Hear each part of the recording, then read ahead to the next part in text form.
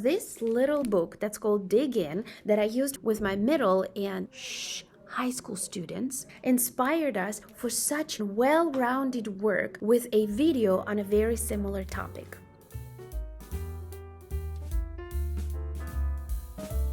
Hello dear ELL teaching colleagues. In one of my latest videos that I titled Vocabulary Networking, I shared with you how much I started enjoying using authentic picture books with older newcomers to create language development opportunities for them that go beyond those picture books, that easily comprehensible text and accessible visuals in those books become a good anticipatory set for the activities you're about to teach, or they can be used as a bridge between previous knowledge and future learning. You can also use them to allow your students to decode what they have already learned to read with you. Or one of my favorite ways to utilize these books is as a teacher to get inspired for what could be taught to your newcomers at this very moment. You also get to see what ignites your students' curiosity. So today I'm going to show you how this little silly book that's called Dig In inspired us for such juicy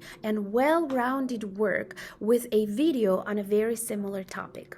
This is probably one of the most basic and easiest books I have used with my newcomers so far, and so opportunities for the students to interact with the book might not be as obvious at first glance. However, they are there. Remember to be determined to engage your students. And here are some examples. From the very beginning, I asked my students to tell me why they thought the boy was barefoot. One of the answers was because he was lazy.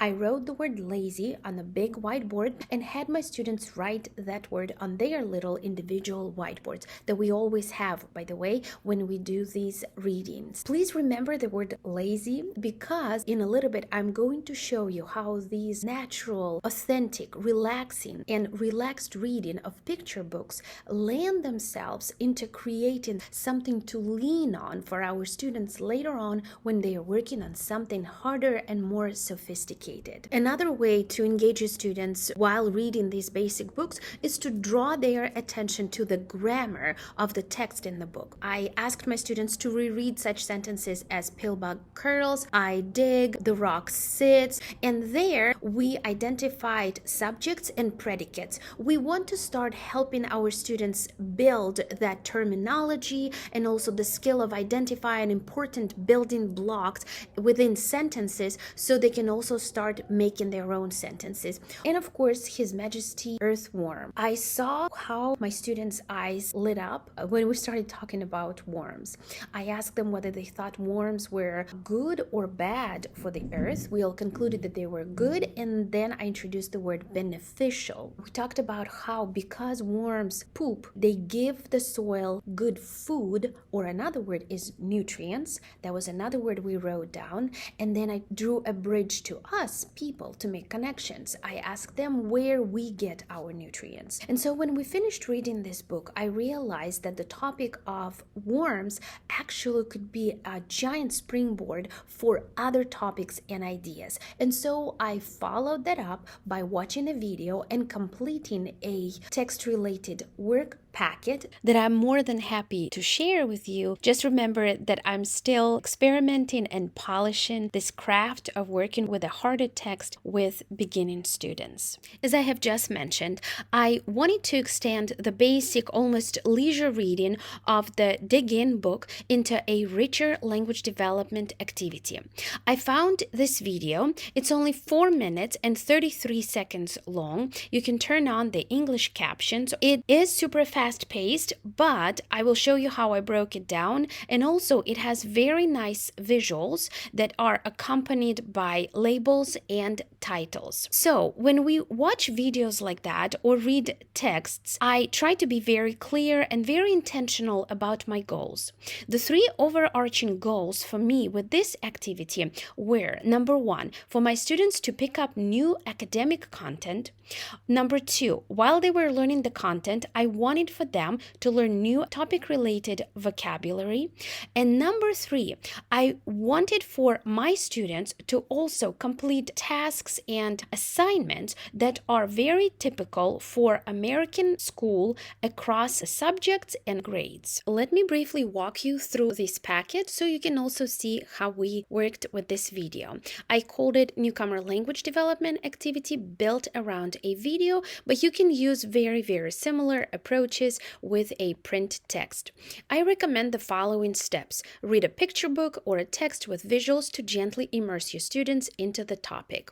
Number 2, watch this video. It's short, so you can let your students watch it as is first without pauses or clarifications. Number 3, watch again and stop at the important concepts. I used my own judgment for what is important. Number 4, complete this packet. You can start by having students recall what they could and see whether you need to use the video again. On the first page, you will see that I'm giving my students a multiple choice to help identify what earthworms are. For number 2, I'm asking them to fill in these Venn diagrams to show what they remember about insects and earthworms and what they have in common. Also the same about snakes and earthworms. And then to fill in the gray area of this Venn diagram with 3 circles, comparing insects, earthworms, and snakes. I also wanted to make sure that they are learning to form sentences using the new or old vocabulary, and so I gave them sentence frames. On page 2, you will see that we are going deeper into details about the earthworms.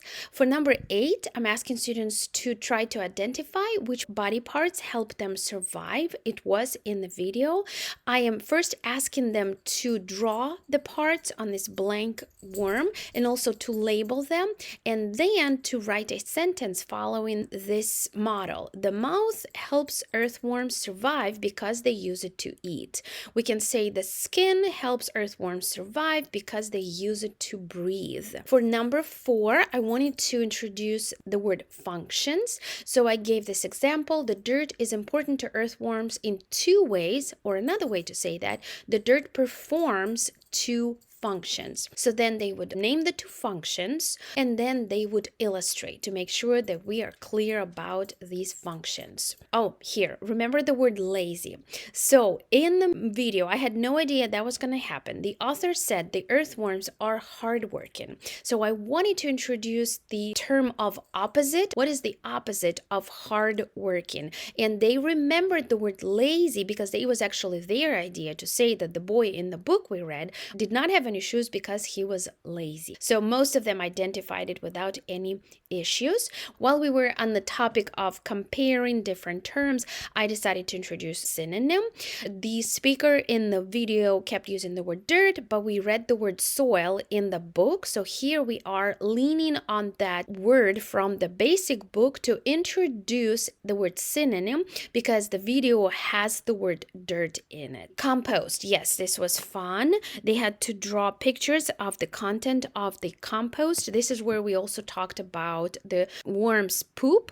Remember, we did pictures on the whiteboards, talked about how they provide nutrients. Now, these sentences require a little bit more of productive skills and thinking. People think worms are wonderful because it was not in the video directly. They would have to collect the information from the video to answer this. Then I'm asking for their opinion. Do you think worms are wonderful and why? And on this page is where I'm asking for the application, and this is more like synthesizing of everything they have studied in the video and through this packet. Why did the speaker say worms are hardworking? And then they can put together all that information, how they build tunnels, then make the soil soft, how they create compost and give us nutrients. And for number 21, this is sort of like a culmination. I am asking them to compare 4 animals, insects, earthworms, snakes, and people, and to see what the 4 of them have in common. And as a good, I would say, assessment activity is for them to write a complete sentence using this